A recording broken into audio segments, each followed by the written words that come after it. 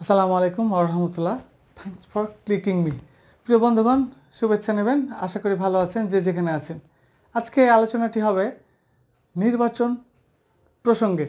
আচ্ছা, স্থানীয় মানে লোকাল ইলেকশন আর হচ্ছে ন্যাশনাল ইলেকশন, এই দুইটার মধ্যে পার্থক্য কী? আমরা প্রায় টিভি খুললেই যেটা শুনতে পাই, বা টিভি খোলা না, ইউটিউবে গেলেই যেটা দেখতে পাই সেটা হচ্ছে স্থানীয় নির্বাচন একদল চাই এটা প্রথমে হোক, আর এক দল চাই জাতীয় নির্বাচন প্রথমে হোক। আচ্ছা, এটা কেন এই দুই রকম? আমি যদি খুব স্পষ্ট বলি তাহলে দেখা যাবে যে বিএনপি তারা চাচ্ছে জাতীয় ইলেকশন আগে হোক, আর বৈষম্য বিরোধী ছাত্ররা অথবা অন্যান্য যারা দল, জামাত বা অন্যান্য যারা দল, তারা চাচ্ছে লোকাল ইলেকশনটা আগে হোক। এখন এটা কেন, তার আগে আমাদেরকে বুঝতে হবে যে এইটার পিছনে মানে তার পিছনের পাওয়ারটা কোথা থেকে আসে। মূলত পুরো দেশ চলে প্রাইম মিনিস্টারের নির্দেশে। প্রাইম মিনিস্টার, তাহলে যেটা বিষয়টা হচ্ছে যে যারা সরকার গঠন করবে তারা নিচের লেভেলের যতগুলো ইলেকশন হোক না কেন সবগুলো জায়গাতে তাদের নিজেদেরকে সেট আপ করতে পারবে, প্রভাব দেখাতে পারবে, সব দিক দিয়ে তারা প্রভাব বিস্তার করে ম্যানিপুলেট করে তাদের নিজেদের লোকগুলোকে সেট আপ করতে পারবে। এই জন্যই মূলত একদল চায় যে জাতীয় নির্বাচনটা আগে হোক। এখন ধরুন যে বিএনপির কথা বলা যায়, তারা জাতীয় নির্বাচন এ কারণে চাচ্ছে যে জাতীয় নির্বাচন যদি আগে হয় তাহলে তারা পাওয়ারে যাবে। এটা আমরা অ্যাজাম্পশন করতে পারি বা প্রিডিকশন করতেই পারি যে ইন পাওয়ারে আগামীতে বিএনপি যাচ্ছে। এখন বিএনপি যদি সংখ্যাগরিষ্ঠতা অর্জন করে পাওয়ারে যেতে পারে, তাহলে লোকাল যে ইলেকশনগুলো রয়েছে, উপজেলা, জেলা, ইউনিয়ন পরিষদ, তারপরে হচ্ছে পৌরসভা, এগুলো যতগুলো নির্বাচন আছে সবগুলোতেই প্রভাব খাটাতে পারবে। যেই ক্ষমতা যাক, রাষ্ট্রের যেই ক্ষমতায় যাক, যেই সংখ্যাগরিষ্ঠতা অর্জন করে পাওয়ারে যাক না কেন, তারা এটা পারবে। তাই সেদিক থেকে বিএনপি স্বাভাবিকভাবেই চাইবে যে আগে জাতীয় নির্বাচন হোক, তার মানে নিজেদের লোকগুলোকে সেট আপ করে দিয়ে পরবর্তীতে লোকাল ইলেকশনগুলো অ্যারেঞ্জ করা যাবে, তাহলে তাদের লোকগুলোকেই সেট আপ করা যাবে। আচ্ছা, অন্যদিকে যারা সচেতন বা সুজন বা যারা বৈষম্য বিরোধী ছাত্র বা অন্যান্য যারা রাজনৈতিক দল, তাদের চিন্তাভাবনা বা সাধারণ জনগণের চিন্তাভাবনা যে প্রথমে লোকাল নির্বাচনগুলো আগে হোক, পৌরসভা, ইউনিয়ন পরিষদ, এই নির্বাচনগুলো আগে হোক। এগুলোর মধ্যে দিয়ে প্রমাণ করবে জাতীয় মানে ইলেকশন কমিশন প্রমাণ করতে সক্ষম হবে যে সে নির্বাচন ভালোভাবে অনুষ্ঠান করতে পারছে কিনা, অর্থাৎ ভালো একটা নির্বাচন, ফ্রি, ফেয়ার, ইনক্লুসিভ নির্বাচন উপহার দিতে পারছে কিনা, এটা ডিপেন্ড করবে ইলেকশন কমিশনের উপরে। তাই সাধারণ জনগণ সহ ম্যাক্সিমাম বাংলাদেশের লোক চাচ্ছে আগে স্থানীয় নির্বাচনগুলো হোক।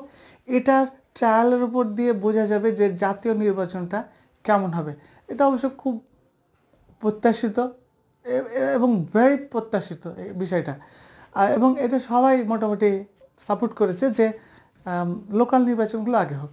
তাহলে এটা ক্লিয়ার করলাম। আচ্ছা, এখন প্রসঙ্গ আসি পিনাকি ভট্টাচার্য, ইলিয়াস ভাই, আর হচ্ছে ইসকন সাহেব। ইসকন সাহেবকে নিয়ে আমি সিক্স ইয়ার এগোতে একটা ভিডিও বানিয়েছিলাম। তখন সর্বপ্রথম আমি তার ভিডিওগুলো দেখে বুঝেছিলাম যে সে ইসকনের একজন সদস্য, রয়ের একজন এজেন্ট, এবং চরম ইসলাম বিদ্বেষী, এবং জামাতের বিষয়ে তার যথেষ্ট চুলকানি রয়েছে।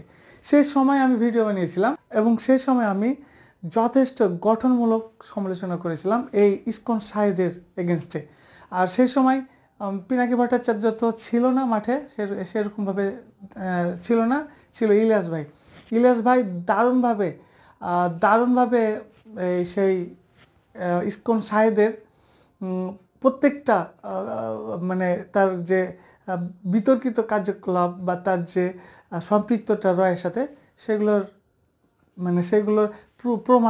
প্রমাণ বা এভিডেন্স দিয়ে তিনি ভিডিও দিয়েছিলেন। তারপরে আমি আরেকটি ভিডিও করেছিলাম। এনিওয়ে, যাই হোক, তো এখন রিসেন্টলি যেটা হচ্ছে সেটা হচ্ছে যে এই যে ইসকন সাহেদ বা বিরানি সাহেদ যাই বলেন না কেন, উনি কিন্তু যথেষ্ট তার এই জামাত নিয়ে ফোবিয়া রয়েছে, শিবির নিয়ে ফোবিয়া রয়েছে এবং যথেষ্ট চুলকানি রয়েছে। আচ্ছা, আমি এই প্রসঙ্গে একটা কথা শেয়ার না করে পারছি না। টুডে অ্যান্ড টুমোরো ছাত্র শিবির শব্দটা হয়ে যাবে শান্তির বাণী, শান্তির জায়গা, আস্থার জায়গা। ছাত্র শিবির নিজেকে বলার মধ্যে দিয়ে সে একটা শান্তি পাবে। একজন ডাকাত বা একজন চোর বা একজন আওয়ামী লীগ হতে পারে বা অন্য যে কোনো হেলমেট লীগ বা হাতুড়ি লীগ বা আফসোস লীগ যে হতে পারে, যে হোক না কেন, তারাও কিন্তু একটা সময় নিজেদেরকে সেফ নিরাপদ ভাববে যদি তারা কখনো কোথাও শিবিরের কাছে যেতে পারে, শিবিরের বন্ধু হতে পারে বা শিবিরের সান্নিধ্যে যেতে পারে।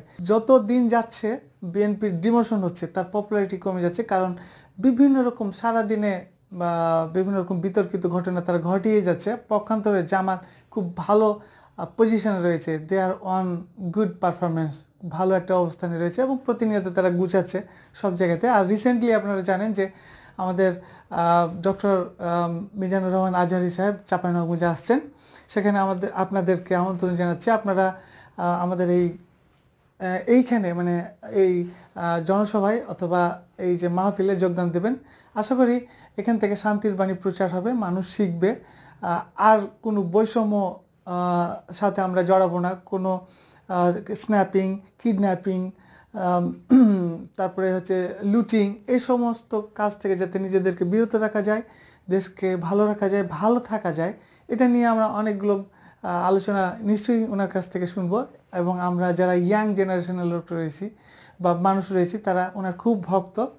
আর আপনারা যারা বিভিন্ন জায়গা থেকে এই মুহূর্তে আমার ভিডিওটি দেখছেন, আপনারাও নিশ্চয়ই অনলাইনে দেখতে পাবেন মিজানুর রহমান আজহারী সাহেবের বক্তব্যগুলো আমাদের চাঁপাইনবাবগঞ্জ সদর থেকে। ভালো থাকবেন, সুস্থ থাকবেন। আজকের এই ভিডিওটি এখানে শেষ করছি। আসসালামু আলাইকুম।